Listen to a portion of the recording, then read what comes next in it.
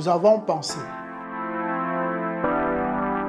Pour mieux répondre à vos attentes, nous avons rehaussé le standing.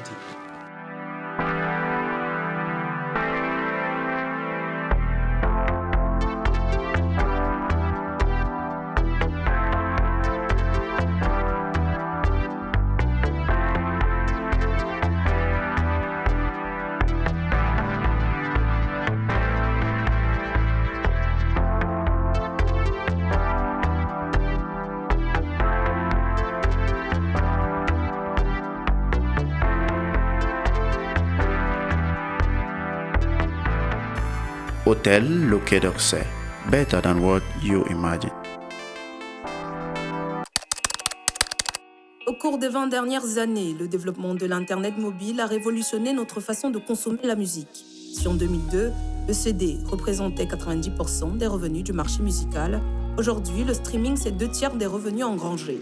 Le monde change et pour vous accompagner, LOG Music Entertainment est une agence de distribution digitale qui permet aux artistes et labels de distribuer leur musique à travers le monde sur plus de 250 plateformes de streaming telles que Boomplay, Spotify ou encore Apple Music.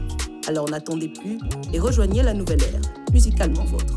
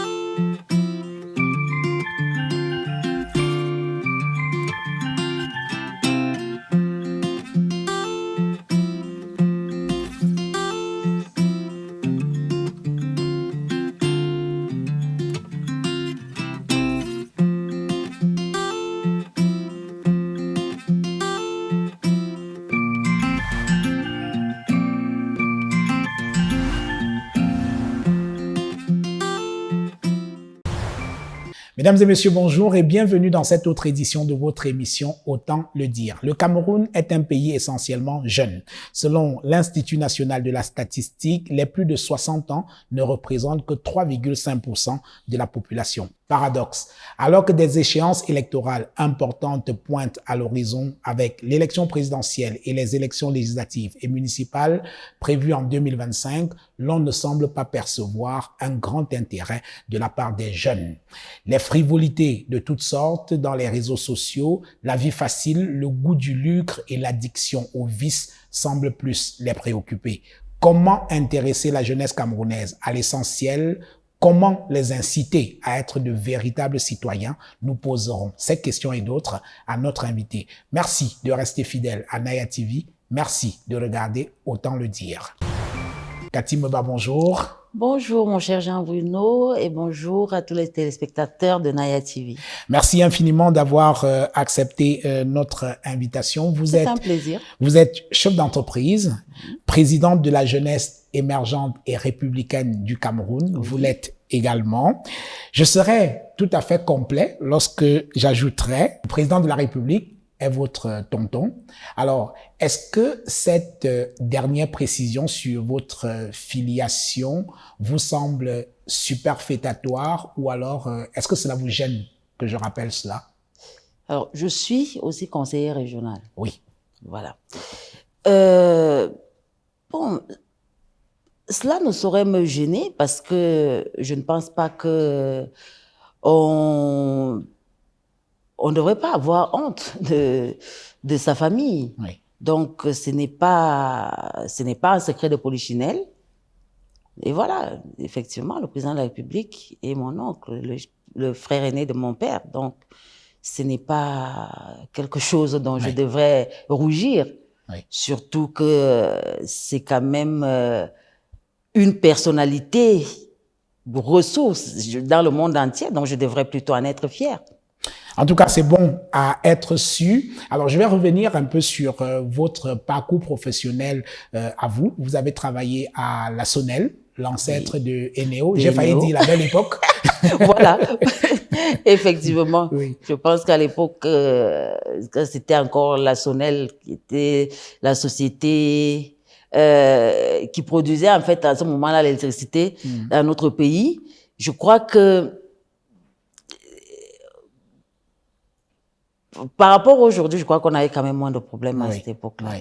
Ah oui, une belle époque en tout cas. Vous avez également travaillé au ministère du tourisme et vous avez vécu pendant longtemps en France. Qu'est-ce que vous y faisiez? Alors, effectivement, lorsque je finis mes études secondaires, je suis plus véritablement intéressée à rentrer dans la vie active parce que j'ai toujours été, je crois depuis mon enfance, j'ai toujours eu une certaine hyperactivité qui faisait que j'étais partout en même temps, très sollicitée parce que vous savez quand on est fille unique d'une famille, parce que j'ai 6 frères et je suis la seule fille de mes parents. Et j'ai été celle qui a eu des responsabilités très tôt. Mais je pense que mon éducation a joué aussi pour beaucoup. Parce que mes parents nous ayant eu très jeunes, moi surtout, j'ai été plus élevée par l'ancienne première dame, l'ex-première dame, qui, paix à son âme, est décédée aujourd'hui. Donc j'ai reçu une éducation assez à la dure. Mais c'est aussi... Rigoureuse.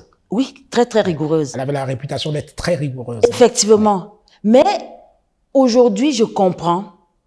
Parce que c'est toute cette éducation qui fait de moi, aujourd'hui, la femme accomplie que je peux être. Parce que certaines ne s'imagineraient pas. Moi, j'ai fait que les écoles publiques. Ah oui? Oui, ma première école publique, c'était l'école publique de Nkondongo.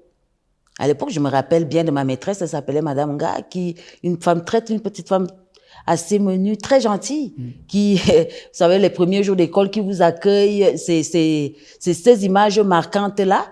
Mais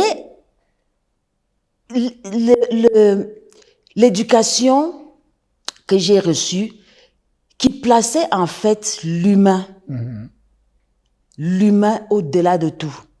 Parce que si je dis à quelqu'un que moi, à 8 ans, je partais avec elle chez les lépreux. On allait visiter les lépreux et je devais nettoyer leur maison. Avec l'ancienne première dame. Bien sûr. Oui. Les aider à nettoyer leur maison, à faire le ménage chez eux, parce qu'il fallait leur montrer que ce n'est pas parce qu'ils sont malades qu'ils doivent vivre dans un environnement sain, en fait. Ce qui contribuait, en fait, à leur bien-être. Parce que leur environnement devait être propre pour que leur traitement et leur prise en charge puissent leur être bénéfiques en tout cas. Donc,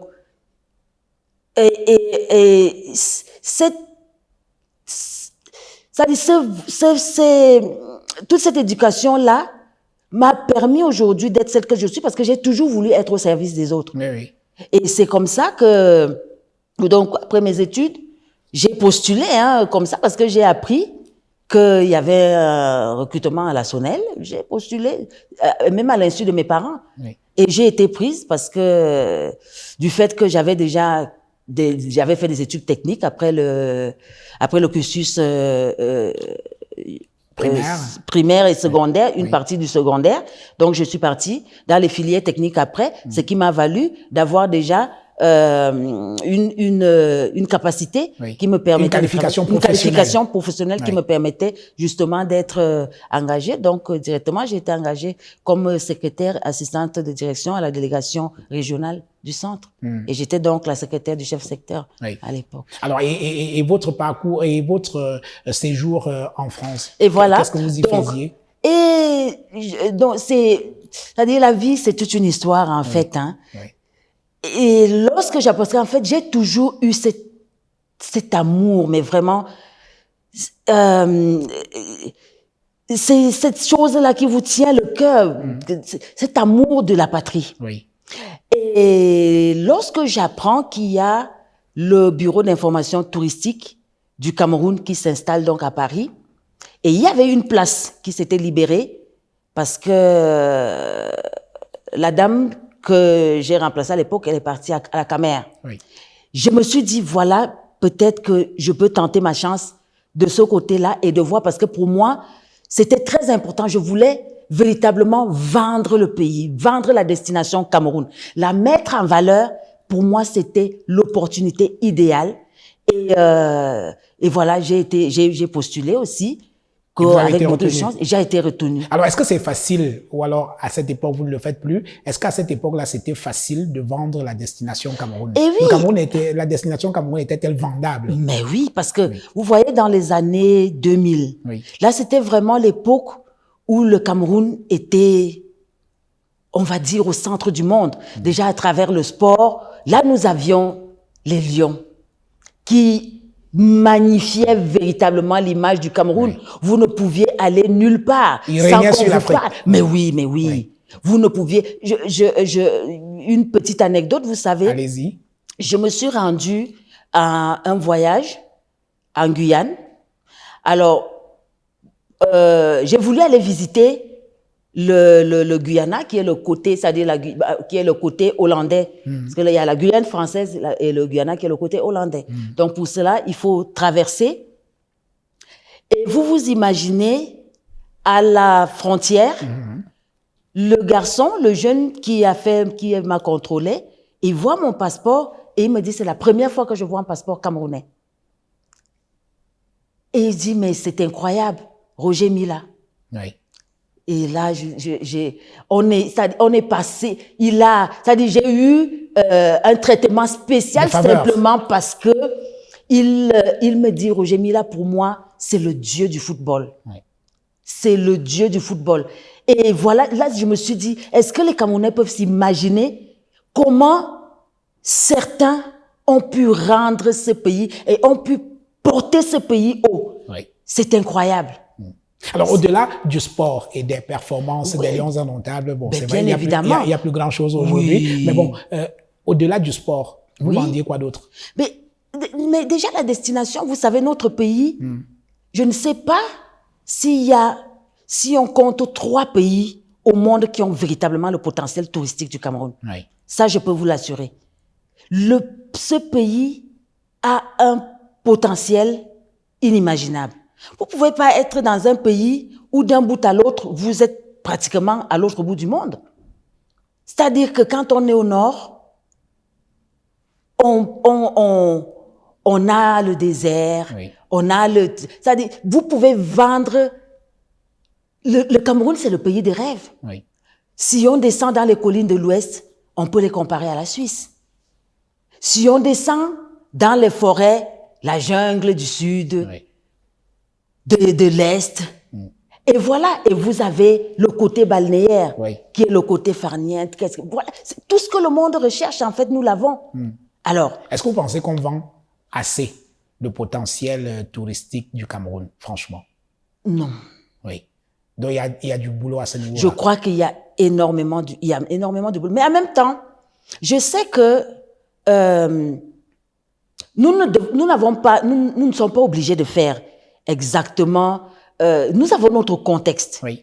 Et ce qui fait que il peut nous revenir de vouloir garder quand même un certain contrôle, parce que vous savez, le tourisme n'apporte pas que de bonnes choses. Hein. Oui, bien sûr. Vous savez, nous avons des pays aujourd'hui qui ont été détruits. Oui. Parce que nous pouvons, pour moi, le fait qu'on ait quand même essayé d'encadrer les choses et de les diriger plutôt vers un tourisme select, un tourisme contrôlé, parce que c'est plus important d'éduquer les enfants. Parce que vous savez, si on reçoit une grande masse de touristes, vous verrez par exemple des enfants qui ne voudront pas aller à l'école, plus aller à l'école, mais qui préféreront aller vendre des babies aux touristes. Et puis, il y a également un certain nombre de pays qui sont aujourd'hui des grandes destinations du tourisme sexuel. Bien évidemment. Ce n'est pas positif, ça. Non, absolument. Oui. Alors, je pense que si nous choisissons véritablement notre politique, comment est-ce qu'on peut mettre en valeur notre pays tout en en contrôlant véritablement la masse touristique que nous voulons recevoir. Parce que, et aussi sur le plan économique, c'est très important. Oui. Parce qu'il y a des pays aujourd'hui, il suffit d'avoir 200 €, on prend son sac au dos et on y va. Oui. Le Cameroun reste quand même une destination assez chère. Ça veut dire qu'il faut se préparer véritablement à venir. Donc, on préfère encore avoir des personnes qui viennent dépenser et qui viennent véritablement découvrir que ceux qui viennent parce que juste Ouais, parce que c'est on a moins cher, entendu c'est que facile voilà, d'y c'est moins aller. cher, c'est facile, il y a les filles, il y a le... Ce n'est pas ce que nous voulons chez nous en tout cas. Je le disais en introduisant cette émission, vous êtes donc la présidente de la jeunesse émergente et républicaine du Cameroun, association fondée le 29 décembre 2021. C'est quoi cette association? C'est quoi la GEC? Alors, la GEC, c'est simplement cette association des jeunes, parce que je me considère comme une jeune femme de ma génération, avec tout, qui vit la problématique actuelle, les contextes, et voilà toutes les préoccupations qui peuvent miner la jeunesse. Et voilà, donc, c'est un déclic, en fait, qui me vient lors de ce long séjour à l'étranger. Un jour, j'ai eu à participer de manière véritablement... C'était un pur hasard, hein. Oui. Je me retrouve, voilà, à travers des connaissances, j'apprends qu'il y a des universités d'été du RPR, quand à l'époque, c'était encore, voilà.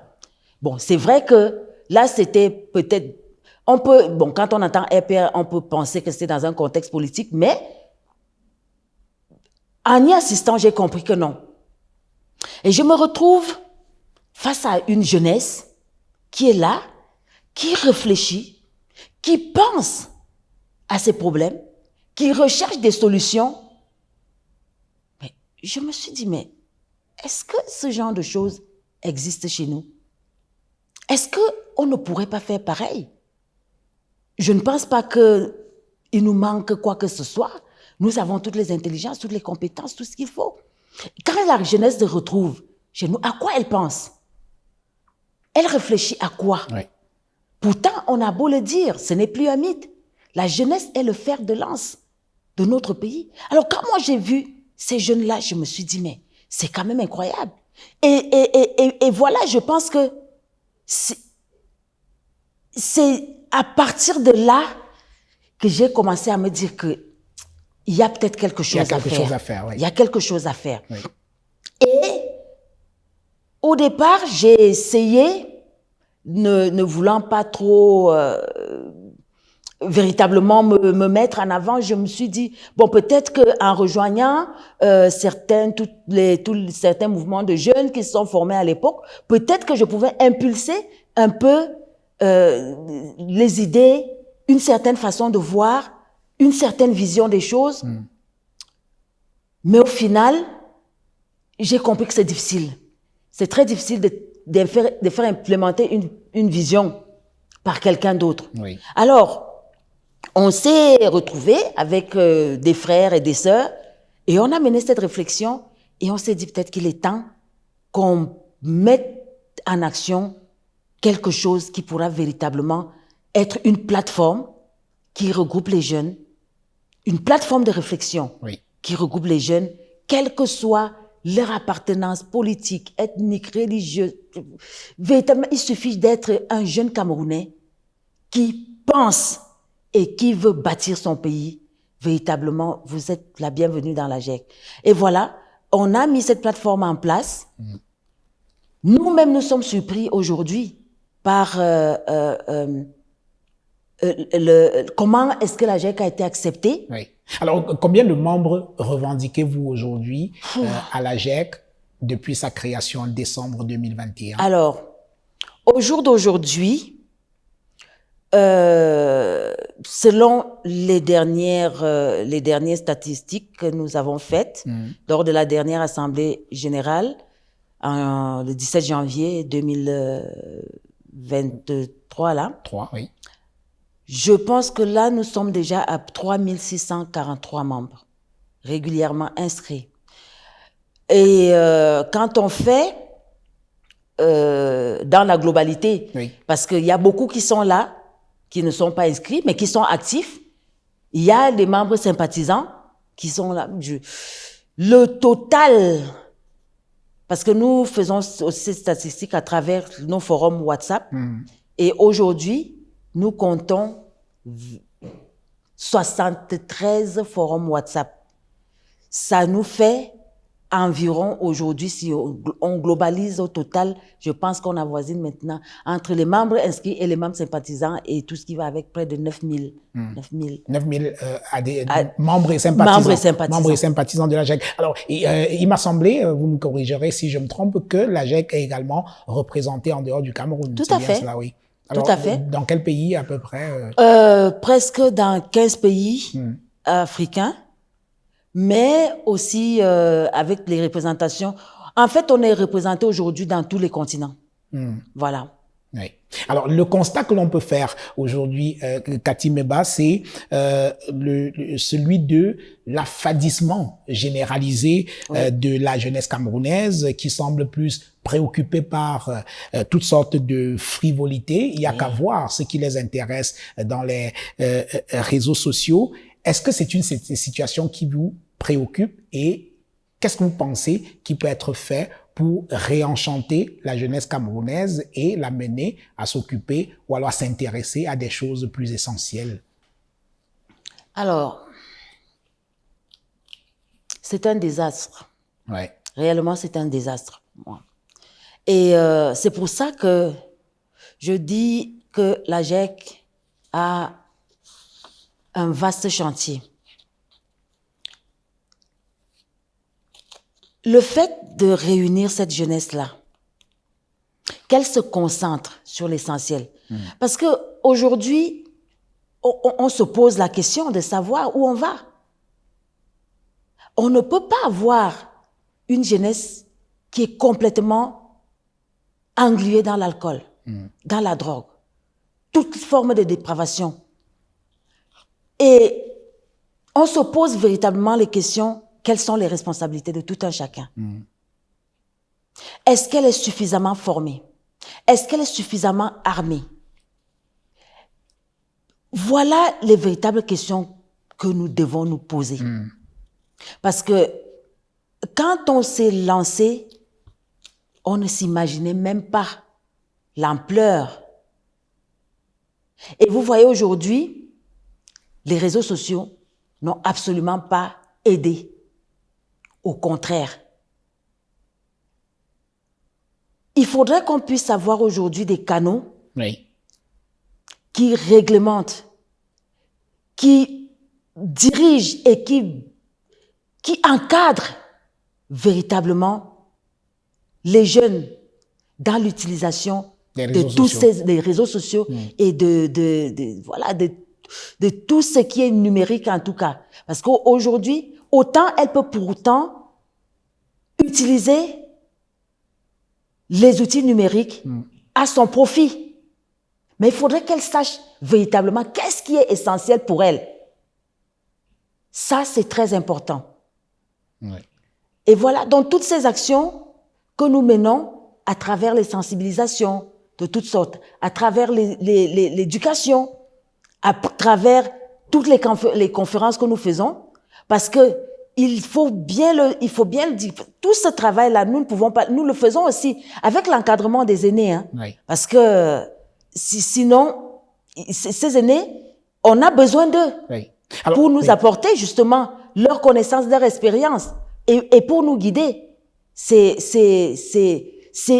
assez important, mais je vous assure, le constat est quand même assez amer. Alors, parlons justement de ce constat-là. Vous le faites également dans les statuts de la GIEC. Et oui. Je vous cite, vous parlez de l'inconscience de la jeunesse qui se traduit au quotidien par des comportements déviants et irresponsables. Et donc, vous évoquez, entre autres, le goût de la facilité, Tout à fait. Le manque d'intégrité, le désespoir, la montée en puissance du phénomène de l'arnaque, l'immigration clandestine, la prolifération des discours de haine, l'incivisme et le vandalisme, des symboles de la République, le tribalisme, etc., etc.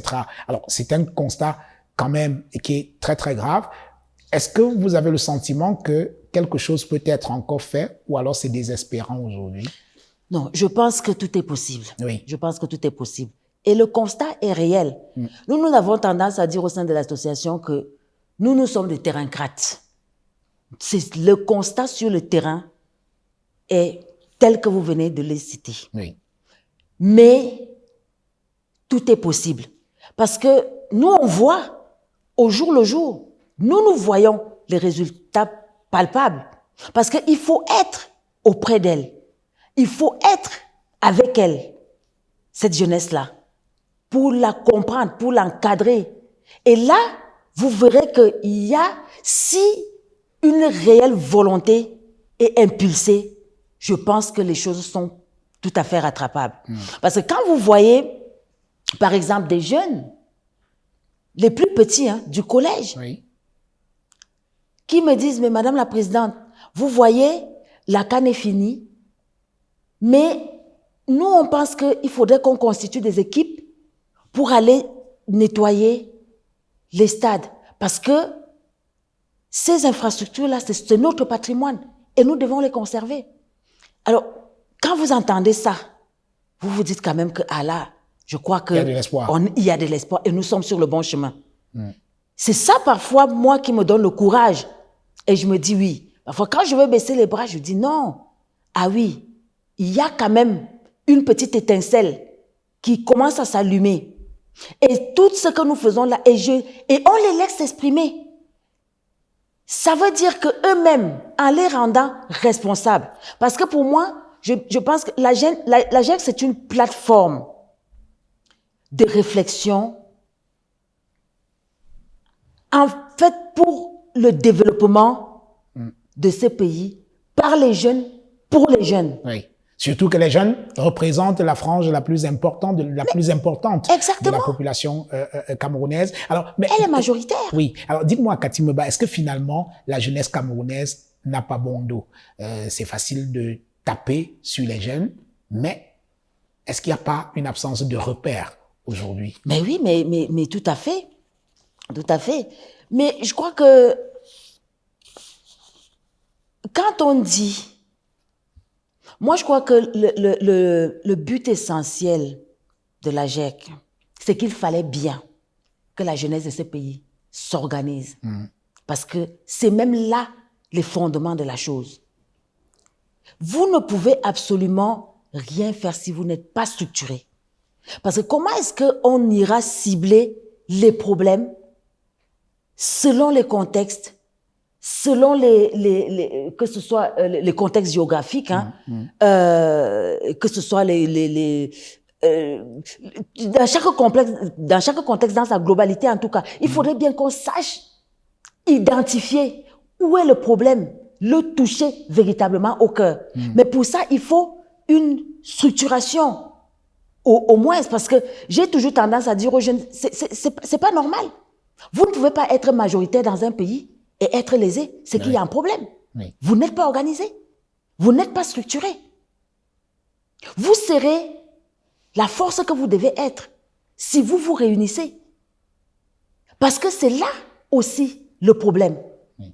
On a tendance à vouloir à ce que cette jeunesse-là soit juste éparpillée dans tous les sens. Voilà, on nous apporte le tribalisme, tous ces clivages ethniques qui ne nous apportent absolument rien. À qui est-ce que les jeunes au Cameroun aujourd'hui doivent s'identifier? Parce que d'un autre côté, certains aînés sont loin d'être des modèles. Hein. Ce sont eux qui détournent les fonds publics, ce sont eux qui sont dans toutes sortes de vices imaginables. Finalement, cette jeunesse-là va ressembler à qui? Et oui. Qui est-ce qu'elle prend pour modèle, finalement? C'est une très grande question. Non pas que les modèles manquent. Hein. Oui. Les modèles, il y en a. Mais je pense que la jeunesse camerounaise, moi je dis souvent que c'est un petit diamant brut qu'il faut juste dépoussiérer et le polir. Parce que vous ne pouvez pas vous imaginer le nombre de talents, le nombre de compétences. Je pense même que c'est une jeunesse qui est même enviée dans le monde, parce que d'autres pays l'utilisent. Mais aujourd'hui, il y a de véritables références. Et ils les connaissent. Mais simplement, je me demande si la promotion, les personnes qui sont promues aujourd'hui, parce qu'on a l'impression qu'on a tendance à promouvoir une certaine classe et que cette jeunesse a plutôt tendance à suivre. Oui. Donc, les responsabilités sont partagées. Il faudrait que ce soit les politiques, que ce soit les médias, qu'on puisse véritablement se pencher sur ce sujet. Et voilà, quand aujourd'hui on vous... Je n'ai pas envie de... Parce que ce serait encore comme si je fais une certaine promotion, mais ça fait partie de l'actualité. Oui. On vous sort une coqueuse de diamants en plein jour. Qui dit, cette jeune fille, je ne sais pas. Oui, vous n'avez pas de problème avec elle à titre personnel? Non, pas du tout. Oui, je veux bien croire que, voilà, ses sources de revenus sont, sont légales, traçables. Donc, et voilà. Et que ce soit véritablement cette bonne Samaritaine qui a décidé véritablement d'apporter de l'air autour d'elle. Ça, on le lui concède. Mais il faudrait quand même qu'on sache ce que nous présentons à la jeunesse. Et ça, c'est aussi la responsabilité des médias, qui ont aussi ce rôle d'éduquer, ce rôle d'information. Donc, je crois qu'il faudrait vraiment que les responsabilités soient partagées et que chacun soit conscient de la tâche qui lui incombe. Parce que ce chantier est véritablement très vaste. Oui. Il y a tellement de références. Oui. Nous avons une petite fille qui a 24 ans, qui est à la NASA. Pourquoi on ne va pas nous chercher des enfants comme celle-là? Et nous la montrer comme exemple. Alors, c'est aussi la responsabilité de la GEC de valoriser les profils qui sont dignes d'intérêt. Exactement. Oui. Parce que nous, aujourd'hui, nous voulons justement ressortir cette classe, cette jeunesse d'exception. Parce que dans sa globalité, la jeunesse camerounaise est exceptionnelle. Oui. Mais il faut tout un travail. Et c'est pour ça que je dis que quand j'ai souvent tendance à dire que un morceau de ce pays appartient à chacun de nous. Ça veut dire que le seul héritage que nous avons, c'est le Cameroun. Donc, nous sommes tous acteurs. Nous devons prendre à corps tous les problèmes qui minent ce pays. Chacun de nous doit apporter un petit peu. C'est-à-dire, même quand on se lève le matin, le fait d'avoir dit bonjour à son voisin, on a accompli un acte républicain. Peut-être que si le voisin n'a pas l'habitude, il va se dire, mais pourquoi il me dit bonjour? Mais demain, ça va être un échange. Oui. Et il va commencer à comprendre qu'en fait, c'est normal. Oui. Il faut dire bonjour le matin. Si on voit un papier dans la rue, il faut le ramasser. Oui. Alors, comment est-ce que dans une société comme la nôtre, où on a érigé l'argent, l'accumulation déraisonnée des biens matériels en véritable valeur absolue, comment réussit-on dans un environnement comme celui-là à expliquer aux jeunes qu'il y a autre chose que les biens matériels et l'argent comme valeur? Voilà. Alors. Équation compliquée, hein? Très, très compliquée. C'est vrai, le monde aujourd'hui est à tendance capitaliste. Mais moi, j'ai toujours tendance à croire que on peut faire les choses adaptées à notre contexte. Moi, je vais vous raconter une histoire. Allez-y. Il y a un jour, une jeune fille qui me pose la question de savoir, Madame la Présidente, mais vous êtes la nièce du président? Je dis oui. Mais pourquoi vous n'avez pas les immeubles partout? Pourquoi vous n'avez pas... Je dis, mais ce que j'ai, c'est le fruit de mon travail. Je n'ai que ce que je peux m'offrir. Et je préfère encore donner, peut-être même donner ce que je n'ai pas, que d'accumuler. La vie, en fait, mais qui emporte quoi? Et je lui ai pris l'exemple, je lui ai dit, bon, ok, vous voyez, quand vous regardez là par la fenêtre, il y a tellement d'immeubles. Les immeubles poussent tous les jours. Oui. Mais est-ce que vous en connaissez les propriétaires? Vous pouvez me donner les noms, au moins 3 noms de tous ces... Elle me dit, non, je ne connais même pas, je ne sais pas. Voilà. Je lui ai dit, voilà. Je lui ai dit que moi, je préfère marquer les cœurs. Je préfère encore me consacrer à ce qui est, quel que soit le cas, que mon nom reste pour les actions que j'aurais menées, pour les autres, au service des autres, que d'avoir des immeubles. À quoi ça me servirait d'immeubles? Je préférais avoir que ma fille ait pour héritage ce que moi j'ai reçu. Des références, des femmes qui sont les références de mon entourage. Parce qu'on peut bien le croire. Moi, tout ce que je fais aujourd'hui, c'est parce que ça ne me tombe de nulle part. C'est pas comme si je suis tombée comme ça, comme un cheveu dans la soupe. J'ai bien eu des références, des personnes, des personnalités référentes autour de moi qui ont inculqué à moi cet esprit de bienveillance envers les autres. Oui. Donc, oui. Alors, l'une des choses qui pousse les jeunes aussi à trouver pour seule activité, c'est de bavarder à longueur de journée dans les réseaux sociaux, c'est l'oisiveté, c'est le chômage, le sous-emploi et la responsabilité. Évidemment, c'est celle du gouvernement qui n'arrive pas à trouver des solutions originales au problème d'emploi des jeunes, non? Voilà. Mais c'est pour ça que je dis que la jeunesse elle-même a les capacités aussi d'apporter les solutions. Elle connaît mieux ses problèmes. Elle est donc celle-là qui a aussi les capacités de pouvoir se mettre. Parce que si vous n'êtes pas une véritable force de proposition, comment voulez-vous qu'on vous écoute? Moi, je dis souvent que même le bon Dieu ne peut pas avoir 10 000... Personne ne peut avoir 10 000 interlocuteurs. Parce que si c'était le cas, je crois que même le bon Dieu, quand nous nous levons le matin et que nous prions tous, il exaucerait nos prières au même moment. Alors que quand on sait que ces gens-là, ils sont une entité, ils sont structurés, s'il y a tel problème, ils sont à même de pouvoir apporter un véritable plaidoyer. À ce moment-là, on va vous écouter. Et on saura que, et même à plus petite échelle, moi je le constate aujourd'hui, dans la GEC, il y a des entreprises qui viennent de manière spontanée, parce qu'ils se disent ok, voilà.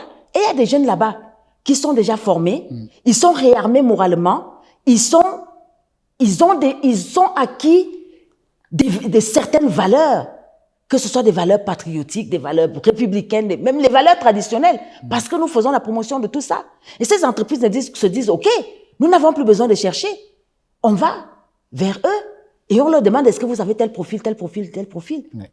Et ça bénéficie directement à la jeunesse. Et c'est pour ça que je vous dis, c'est pas en restant chez vous, à vous morfondre, à boire en longueur de journée, ce ne sera pas la solution.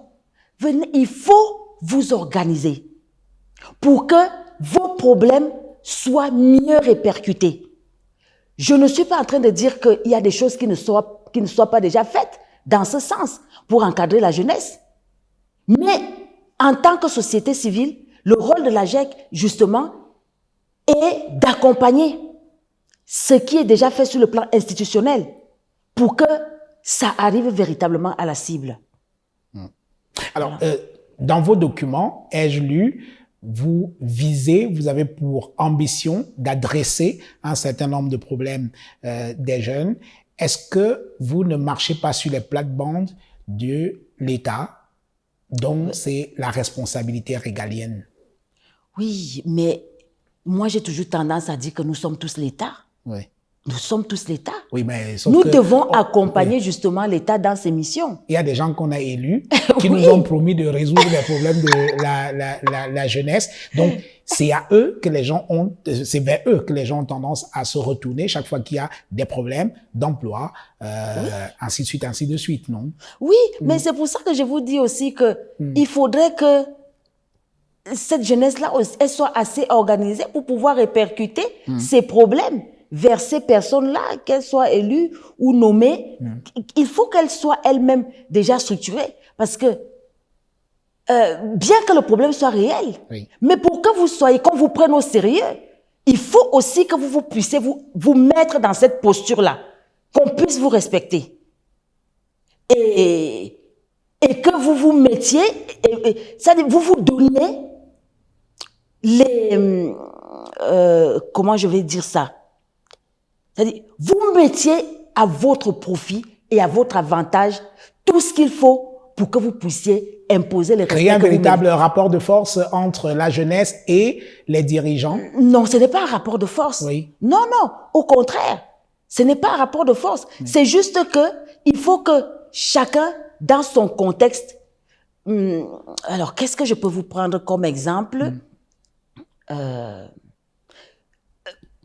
je veux dire, par exemple, voilà, un jeune qui se lève, voilà, qui se place dans la rue et qui commence à crier, oui, je suis au chômage, oui, j'ai tel problème, oui, je me drogue, oui. Mais les gens ne vont faire que passer.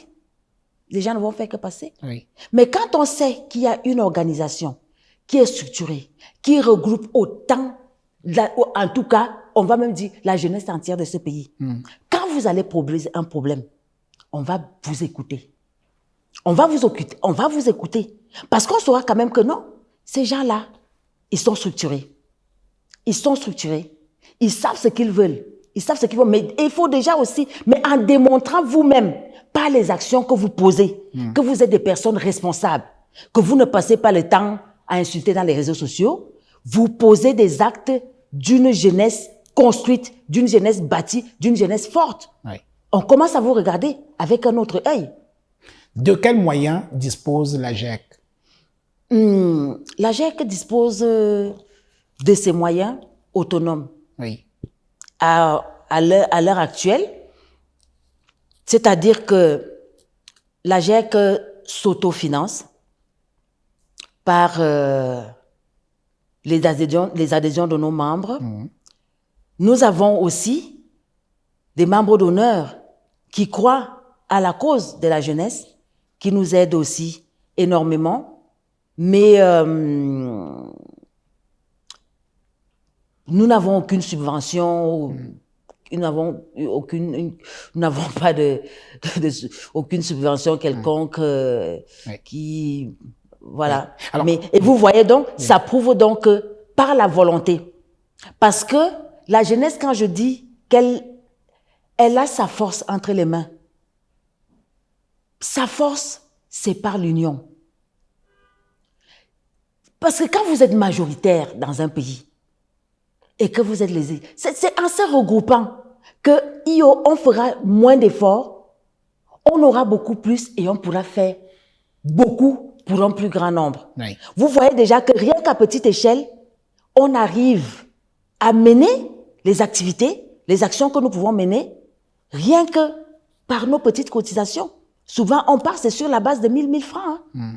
Et on arrive à poser nos actes. Elle doit comprendre qu'avec la volonté, elle-même, elle est capable de pouvoir faire des choses. Alors, le Cameroun a tout un ministère dédié à la jeunesse, Tout donc le ministère de la jeunesse et de l'éducation civique. C'est quoi vos rapports, les rapports entre la GIEC et le ministère de la Jeunesse? Mais bien évidemment, le ministère de la Jeunesse, c'est le ministère qui est en charge de la jeunesse. Oui. Par conséquent, le ministère de la Jeunesse, c'est le père de toutes les associations des jeunes. Donc, la GEC travaille, nous sommes en partenariat avec le MINJEC et nous recevons un accompagnement.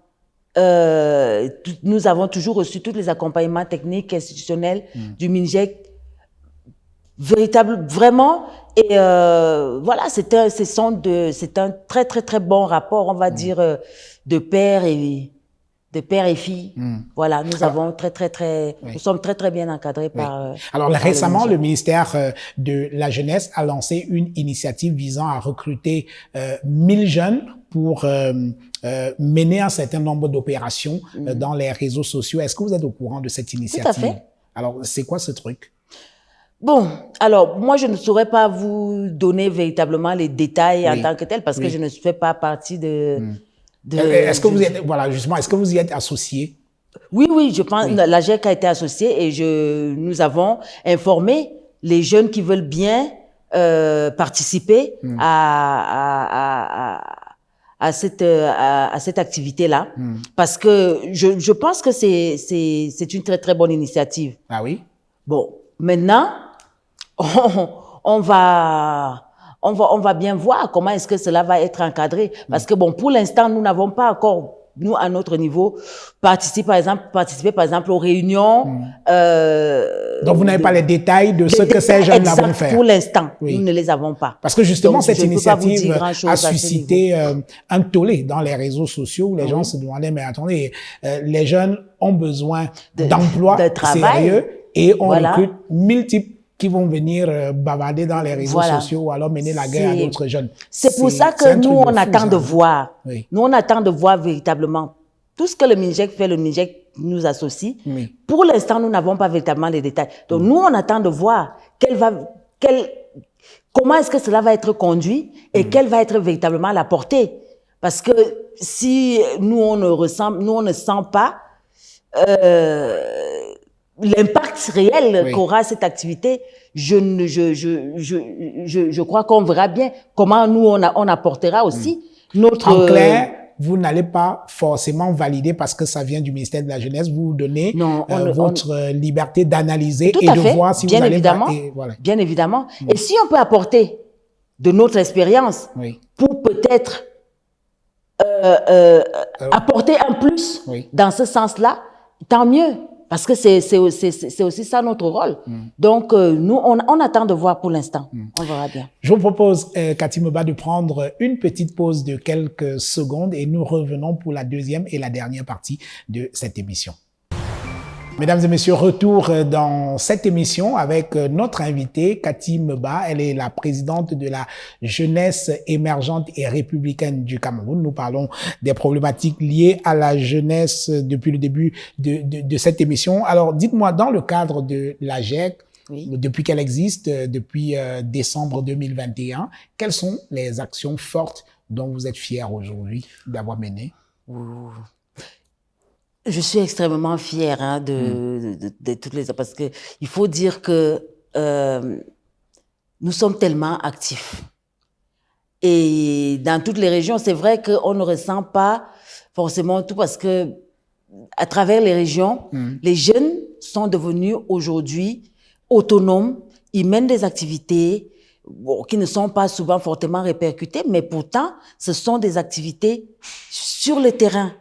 Et beaucoup vont même dans des contrées lointaines, véritablement, mais même dans les zones les plus reculées.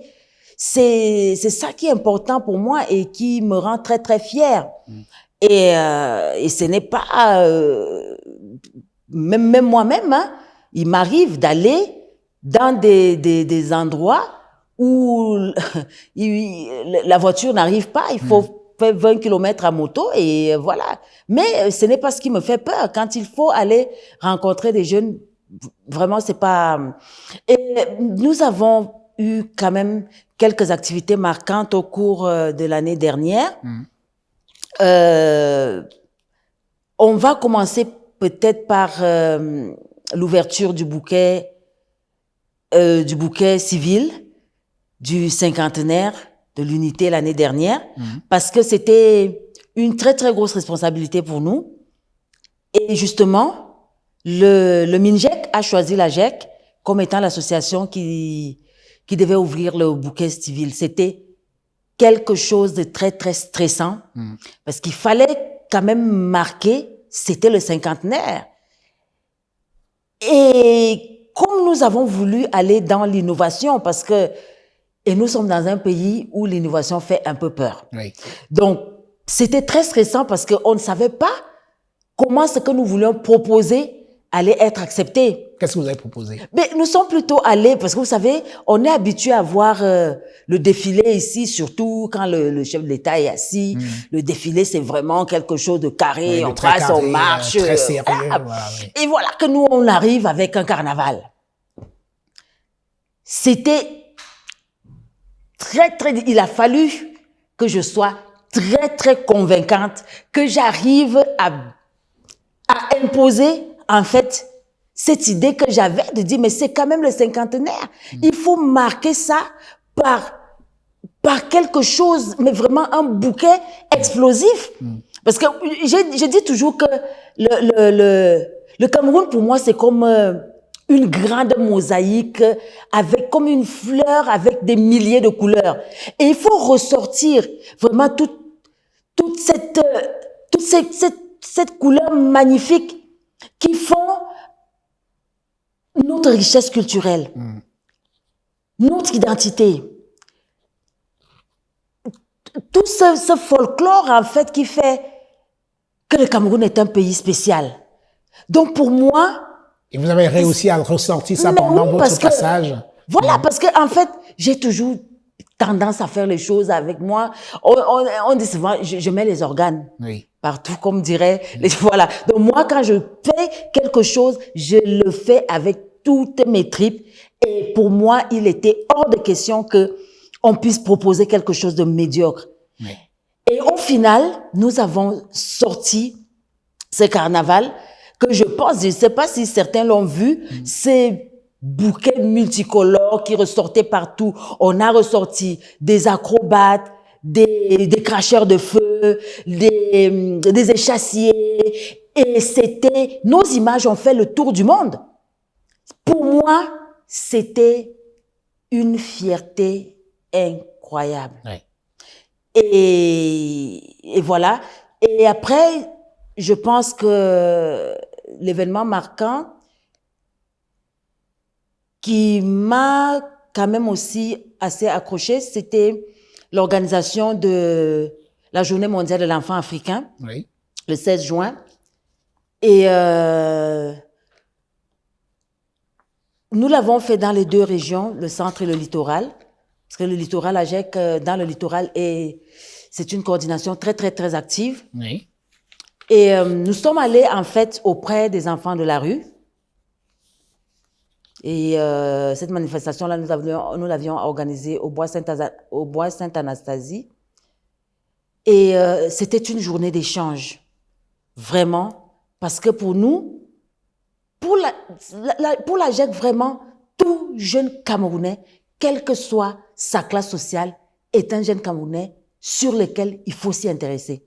Donc pour nous, ces enfants de la rue-là sont des jeunes Camerounais à part entière. Et donc nous sommes allés vers eux pour avoir cette journée d'échange, de partage, pour comprendre quel était leur parcours, pourquoi est-ce qu'ils se retrouvent là, et comment est-ce que nous, à notre niveau, nous pouvons les accompagner pour insérer certains de nouveau dans la société. Et ils ont une multitude de problèmes. Beaucoup sont presque inidentifiables, n'ont pas d'acte de naissance, n'ont pas de carte d'identité.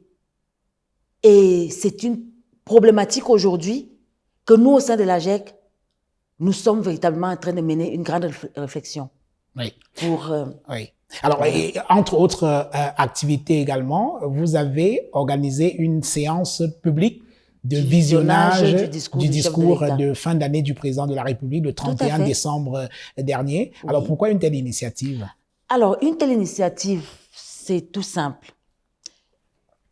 Dans le cadre de notre mission de réarmer moralement la jeunesse, Oui. on s'est dit qu'il était quand même hors de question. Nous avons aujourd'hui un président de la République qui est un monument. Ça, sachons le dire, je pense que on peut apprécier ou pas, mais on peut être unanime sur un point. Ce monsieur, dans le monde, est un monument. Et dans notre tradition africaine, c'est un patriarche, c'est un sage. À son âge, aujourd'hui, quand il s'exprime, ses discours ne sont plus des discours, ce sont des messages. Ce sont des véritables enseignements qu'il nous laisse. Et à nous de savoir les décoder, à nous de savoir capter ces messages qu'il nous envoie pour en tirer profit.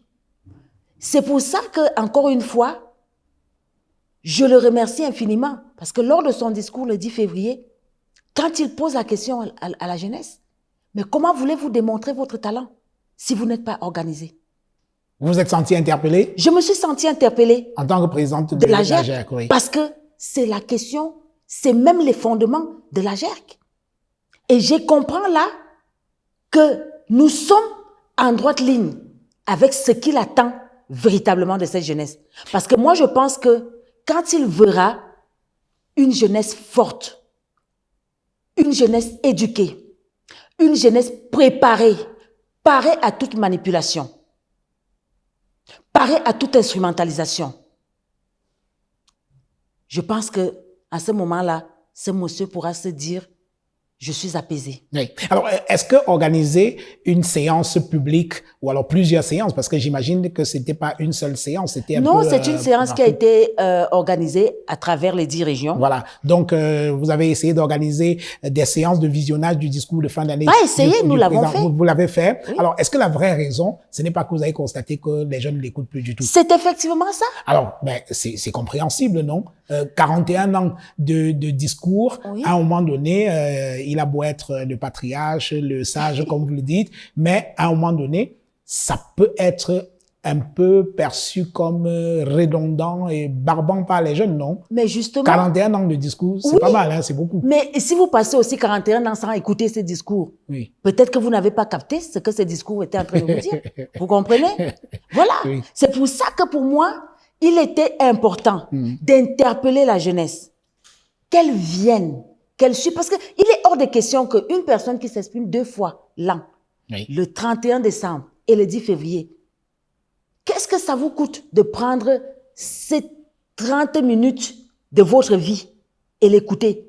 Donc pour moi, il était hors de question que pendant que le président parle, que les jeunes soient au bar en train de s'abreuver de toutes sortes de... Bien évidemment, de tout ce qui Et circule peut-être aujourd'hui. aussi en train de se dire, ah, il dit même quoi? Voilà. Ouais. Mais vous ne pouvez pas savoir ce qu'il dit si vous n'avez pas écouté. Oui. Voilà. Donc, et ça a été une activité très, très marquante parce que, au final, la jeunesse a suivi. C'est une activité qui s'est organisée en une journée et dans les 10 régions, ça s'est fait. Donc, vous comprenez que, quelque part, je pense que cette jeunesse n'a juste besoin que d'une impulsion. Oui. Parce que le fait de la laisser aussi comme ça, se dire que bon, parce qu'aujourd'hui, elle est devenue en quelque sorte blasée. Oui. Alors, est-ce que c'est une initiative que vous allez continuer? Ah, c'est une initiative que moi, j'aimerais bien perpétuer Oui. aujourd'hui, que ce soit pour le président Paul Biya ou non. En tout cas, les institutions, la jeunesse, elle doit accompagner les institutions. Donc, je pense que c'est quelque chose que nous devons inculquer. Et est-ce Au sein de que à cette côté, jeunesse-là. vous favorisez également le débat? C'est-à-dire qu'on n'écoute pas le président de la République religieusement comme dans une Mais non, mais cathédrale justement, et susciter après, mais un oui. débat contradictoire Ben oui, de puisque la jeunesse après, autour de son discours. Justement, ce n'était pas que des visionnages où on vient comme des pantins s'asseoir. Voilà. Justement, après, il y a eu des débats et des échanges. Qu'est-ce qu'on a compris? Qu'est-ce qu'on a... comment est-ce qu'on comprend? Et Est-ce qu'on est qu'est-ce satisfait ou pas? Est-ce qu'on est satisfait ou pas? Qu'est-ce qu'on reçoit? Est-ce qu'on est déçu ou pas? C'est autant de questions parce que je pense qu'il faut laisser la jeunesse s'exprimer. Voilà. Que répondez-vous, Cathy Meba, lorsqu'on prétend, ou alors lorsque les gens estiment que la GEC n'est en réalité qu'un appendice du RDPC? Ben, vous le voyez, j'en ris. C'est vrai ou pas? C'est absolument faux. Au début de cette Comment? émission, vous avez dit, pour être membre, c'est une association sans distinction d'origine politique, religieuse, tribale et tout ça là. Ouais, mais vous le dites seulement comme ça, non? Ah bah, mais moi je vous dis ce qui est. Oui. Je ne vous dis pas ce que vous voulez entendre ou ce qui se dit. Je vous dis ce qui est. Venez à l'intérieur de la GEC, vous verrez bien que tout ce qui peut être publication à caractère politique est tout de suite supprimé et l'auteur sanctionné. Oui. Parce que quand nous sommes apolitiques, nous le disons et nous le sommes dans les actes. Ça, c'est clair. Oui. Et donc, comment créer, oui. je ne sais pas, vous avez dit une sous... Oui. Une sous-section du RDPC, carrément. Mais je suis militant du RDPC. Pourquoi aller créer autre chose? C'est quand même incompréhensible. C'est-à-dire peut-être faire de la GEC la branche œcuménique du RDPC. Non, oui. pas du tout. Oui. À la GEC, nous sommes qu'une plateforme qui réfléchit sur les problèmes de la jeunesse. Mettre la jeunesse dans les conditions d'être la jeunesse qu'elle doit être. Oui. Et qu'elle soit cette jeunesse-là qui sera prête à porter ce pays demain. Oui. Imaginez... Ça veut dire que, quel que soit... Mais oui, quand c'est le moment de la politique, chacun rentre dans sa chapelle politique, faire sa politique. Imaginez un jeune gars très actif au sein du SDF qui vient cogner à la porte de la GEC. Absolument, vous le recevez ou pas? il est parfaitement la bienvenue. Oui. Mais je peux même aller plus loin. Oui. Moi, je vous le dis, même si aujourd'hui, nos frères, par exemple, qui font des exactions dans le sud-ouest ou au nord-ouest, pour moi, si l'un de ces jeunes Camerounais se dit « Ah, j'ai appris qu'il y a une organisation qui englobe tous les jeunes Camerounais là-bas », il est la bienvenue. Parce que justement, c'est un cadre d'échange qui nous permet justement de comprendre. Pourquoi vous faites ça? Pourquoi vous avez fait ça? Nous voulons la paix. Nous voulons l'union dans notre pays. Pourquoi vous faites ça? Et si il y a la possibilité d'amorcer, par exemple, un dialogue avec cette jeunesse-là, nous sommes entièrement ouverts. Nous, aucun problème de la jeunesse de ce pays ne nous fait peur. Oui. Nous sommes prêts à tout embrasser. Que ce soit ceux qui cassent les ambassades, ceux qui posent toutes les... Il est temps. Voilà le message que moi, je peux leur lancer aujourd'hui. Par exemple, ceux qui cassent les ambassades, vous voulez parler, par exemple, de la BAS, étant donné que la GEC a des représentations dans la diaspora camerounaise, en France, en Allemagne, un peu partout. Est-ce que vous seriez prêt à les rencontrer pour discuter avec eux? Absolument. Oui. Absolument. Ce sont nos frères, ce sont nos sœurs. Moi, contrairement à ce qu'on peut croire, moi, ce sont des Camerounais. Mais le cadre est là. Justement, je leur dis, voilà, le cadre est là. Venez, qu'on puisse discuter. Moi-même aussi, je veux les comprendre. Et je crois qu'il est temps, justement, qu'ils viennent. Ils peuvent participer à la construction de ce pays qu'ils veulent voir développer, émergent demain. Il est temps. Oui. Voilà. Je parlais tout à l'heure, on parlait du président de la République qui est au pouvoir depuis 41 ans. Oui. On ne va pas revenir sur son âge, c'est votre tonton, vous connaissez son âge mieux que nous. Président du Sénat, Marcel Niat, 88 ans. Président de l'Assemblée nationale, Kabaye Djibril, 83 ans. Le président du Conseil économique et social, Ayan Luc, 76 ans. Et les ministres au Cameroun, la plupart des ministres au Cameroun, c'est à partir de 60 ans. Est-ce qu'il y a une place pour les jeunes dans ce pays? Il y a une place. En tout cas, je pense que la jeunesse a toutes les capacités. Une place peut-être la dernière roue du carrosse. Hein? Pour, oui, parce que oui, vous n'en avez pas aussi cité beaucoup qui sont jeunes. Hein? Oui. Donc, mais moi, je pense que la jeunesse a toutes les capacités. Voilà, c'est autant de choses, hein, je vous le dis, c'est le but de la GEC, que la jeunesse prenne réellement sa place. Mais il y a tellement de sujets et tellement de choses qu'on décrit. Oui. Comment voulez-vous qu'on vous confie des responsabilités? Donc vous décriez aussi ce péril jeune là qu'on observe au Cameroun. Bien évidemment, je le revendique. Oui. Mais ça ne devrait pas être un problème générationnel, non. Un conflit de génération. Un conflit générationnel. Non, c'est justement ça qu'il faut éviter. Oui. Parce que, comme je le disais tout à l'heure, nos aînés doivent nous encadrer et nous apporter leur expérience. Nous nous reposons sur eux pour qu'ils puissent nous pousser. Donc, et à la jeunesse maintenant, de se donner cette ossature. Alors, justement. Et qu'on puisse comprendre que voilà, ils sont préparés. On peut leur confier les responsabilités. Oui. Mais c'est pas... On va pas venir vous chercher dans les bars. On va pas venir vous... Voilà. Vous avez qu'à trouver des bars. Non, vraiment. Non, parce que j'ai un réel problème avec les bars. Oui. Parce qu'on en voit tellement à tous les coins de rue. Oui. Et c'est là où tous les jeunes passent la majorité de leur temps, alors qu'il y a tellement... Ils pourraient consacrer ce temps à autre chose, à des choses plus à utiles. Une meilleure réflexion, oui. À des choses plus utiles et plus essentielles pour elles. Alors, et justement, ce qui est essentiel aujourd'hui, c'est que le Cameroun est à un tournant de son histoire. La question de l'alternance revient sur toutes les lèvres. Aujourd'hui, tout le monde en parle, peut-être pas à haute voix, mais cela se murmure. Je vous le demande à haute voix. Comment voyez-vous l'après-BIA? Est-ce que c'est un sujet que vous évoquez au sein de la GEC? Mais bien évidemment, je ne sais pas pourquoi est-ce que ça se murmure. Le président de la République lui-même, il l'a évoqué. Donc c'est un sujet qui est d'actualité. Et justement, au sein de la GEC, on en parle un peu comme tout le monde. Et l'occasion justement pour cette jeunesse-là de se préparer à toutes ces échéances qui arrivent. Oui. Et voilà, parce que nous, c'est notre rôle. Le rôle de la GEC, voilà, ça c'est le rôle des partis politiques, c'est de se préparer justement à cette alternance.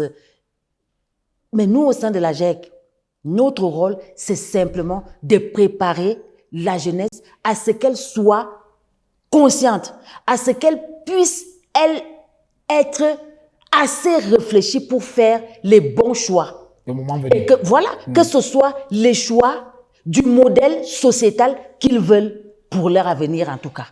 Donc, il ne vous viendrait jamais à l'idée au sein de la GEC de dire nous allons nous aligner sur telle position politique, là c'est hors de question. Mais là, ça c'est une question individuelle. Oui. Voilà. Nous laissons la liberté à chacun. Tout âge, à chacun.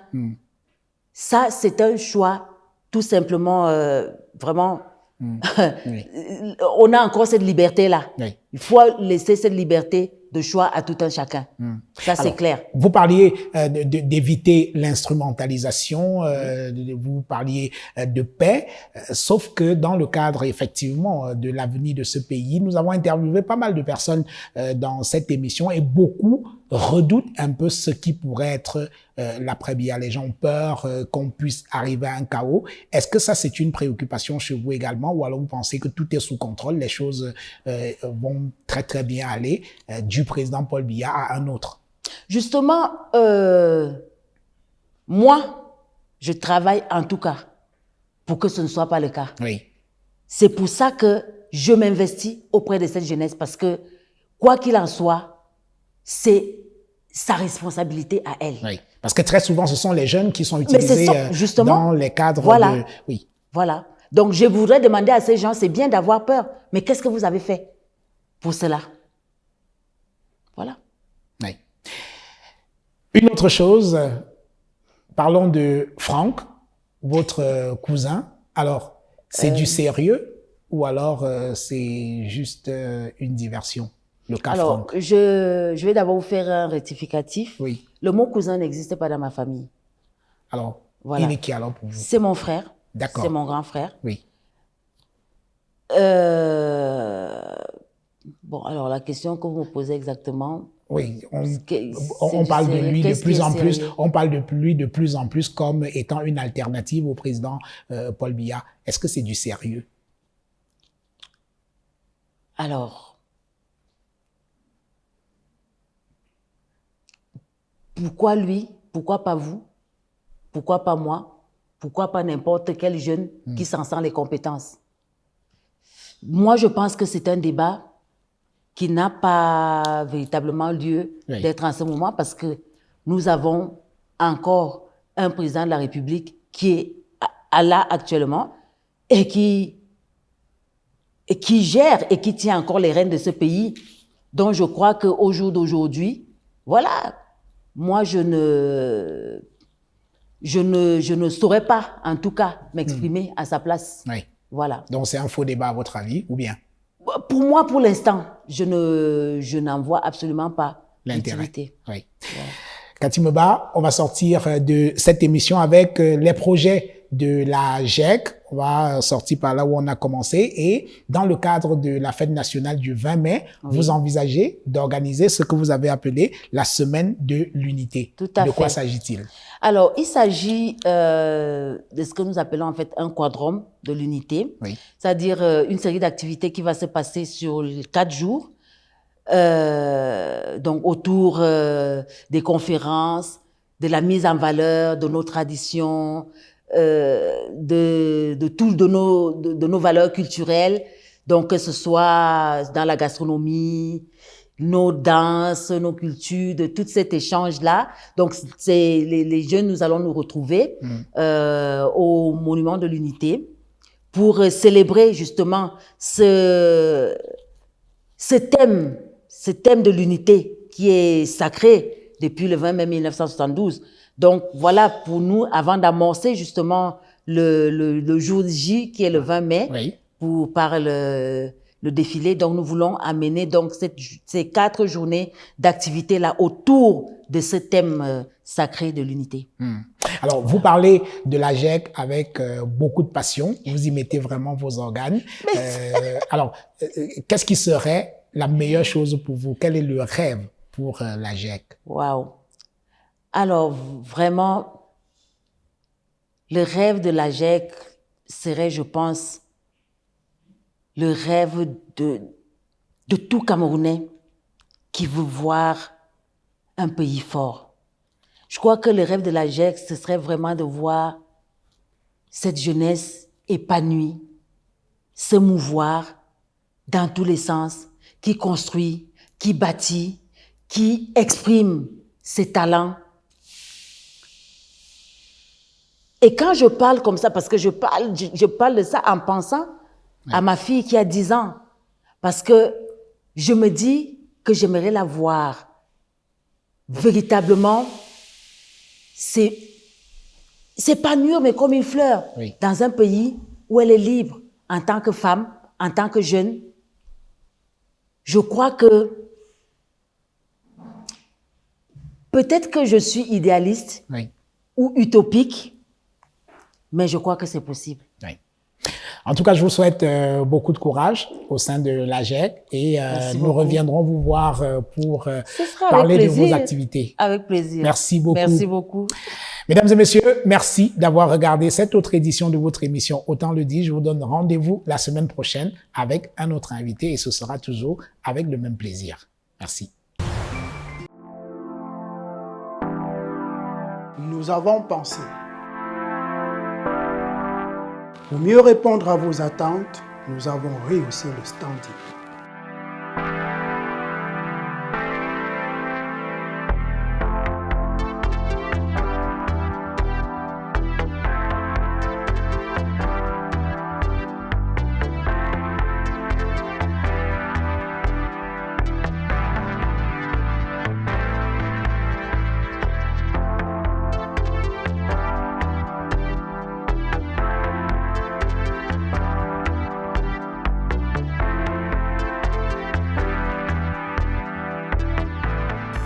Hôtel Le Quai d'Orsay.